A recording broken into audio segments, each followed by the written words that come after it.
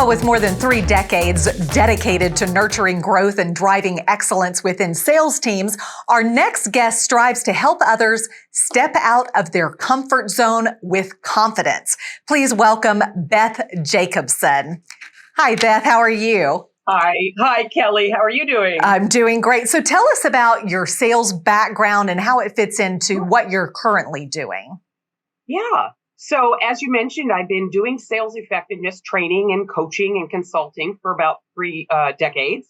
And what I've really learned over time is that all of the things that make salespeople effective at what they do really boils down to effective communication skills and things like emotional intelligence, active listening, a very underrated skill that most people think they're better at than they actually are.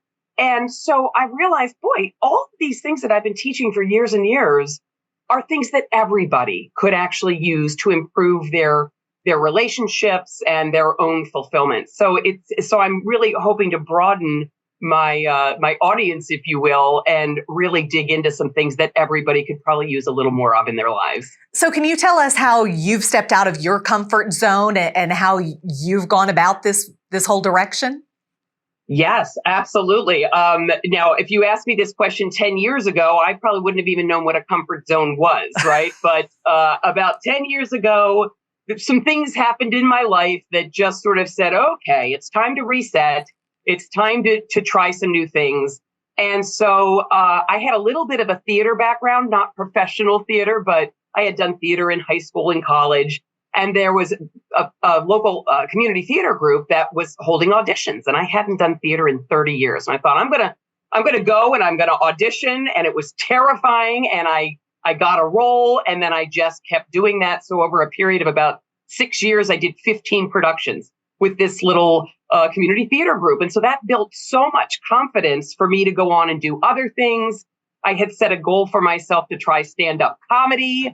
And I did that. So I was very excited to set a goal, break it down into manageable steps and then actually achieve the goal. That was very exciting. And then comedy is I love comedy. I love humor. So I also gifted myself a 3-day improv class with Second City in Chicago. That was a real leap outside of the comfort zone. So I've done things like that, which are kind of big. But, we all do little things on a daily basis that get us out of our comfort zones. This is getting me out of my comfort zone, right? So I love that because by getting out of our comfort zones, we're actually helping our brain grow, trying new things, overcoming fears. It actually helps our cognitive abilities. And I love that. Some of the people watching may think, stand-up comedy and being on a stage is not my cup of tea. Are there smaller steps that possibly could help people? What would those be? Absolutely. So those were just my experiences, but just trying anything new, right? So maybe taking up a new hobby, maybe trying to meet new people and expand your network. It may be as small as, I want to organize my house and I don't know where to start. So any little thing that you do that causes a little bit of fear and anxiety, because that's what our brains want to protect us, right? Our amygdala is where our flight and our fight response is. So anything that our body perceives as putting us in danger, which it could be anything, going to the doctor, right? It wants to shut that down. So pushing past that fear is marvelous because it expands your comfort zone and it gives you the confidence to then try something else. And so that's what I'd love to help people get comfortable doing. Now, you had a very secure role and then you transitioned into launching your own business. Talk to me a little bit about that. Well, I'm actually in the middle of that right now. So I still have my secure corporate position. I'm a sales performance manager. So I do sales training and coaching. And, everything that comes with a corporate job, a solid paycheck, 401k, health insurance. Stepping away from that is scary, but I am in the process of sort of doing some small steps towards starting my own business. It's not going to happen tomorrow, but over the course of the next 6 to 12 months, I'm hoping to launch that business. And it is scary. So that's another jumping out way outside of the comfort zone that I'm in the middle of right now. What do you think has contributed to your passion of being able to help others? Well, I think part of it is the fact that I saw for myself that just sort of being content, not happy, but content, things are okay, things are fine. It wasn't until there was a catalyst that created, sort of the oomph for me to make a move. And I'm like, oh my gosh, I was sort of living my life half fulfilled.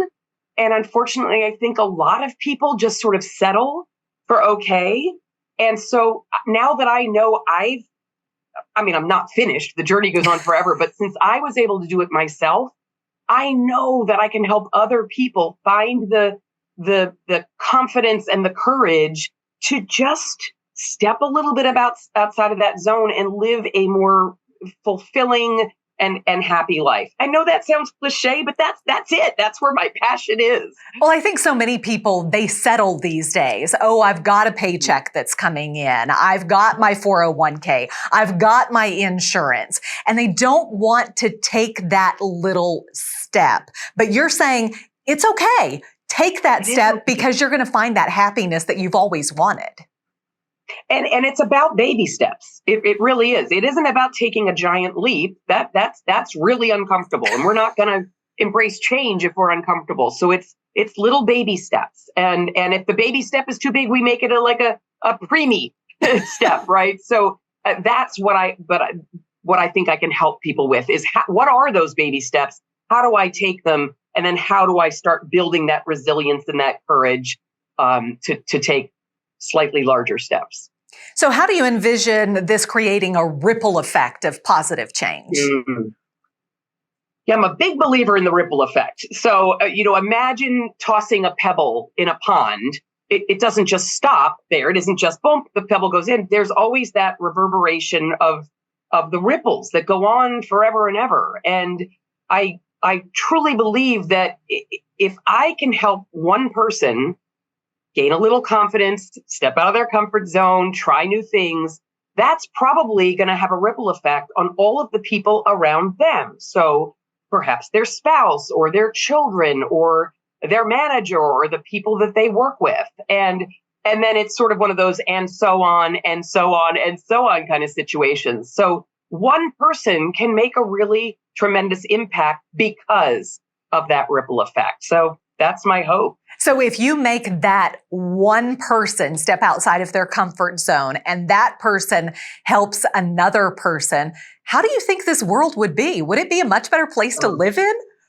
I dream about that all the time. I really do. I honestly believe if people, A, feel better about themselves, B, are able to, make connections with people without so much judgment and,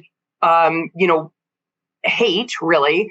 I know it sounds Pollyanna-ish, but I know it's true. If everybody just felt a little bit better about themselves, the world would be a much happier place. It really would. And I envision that. So maybe I'll get to that point, some point where I'm speaking on a bigger stage, perhaps, and that ripple effect is even bigger. Beth, if folks want more information on where they can contact you because you've inspired them already and they're ready to take that baby first step, where can they find you? So the best place to find me is either via my email address, which I can share right now if you want, and through my LinkedIn profile. So I'm beth.jacobsohn@gmail.com. Or find me on LinkedIn and reach out to me there. I'd love to make some new connections. Beth, thanks so much for joining us today, and hopefully more people will reach out to you, and we'll have that information on our webpage as well. Beth, thanks so much. We appreciate it. Thank you, Kelly. I appreciate it. Stay with us. We'll be right back.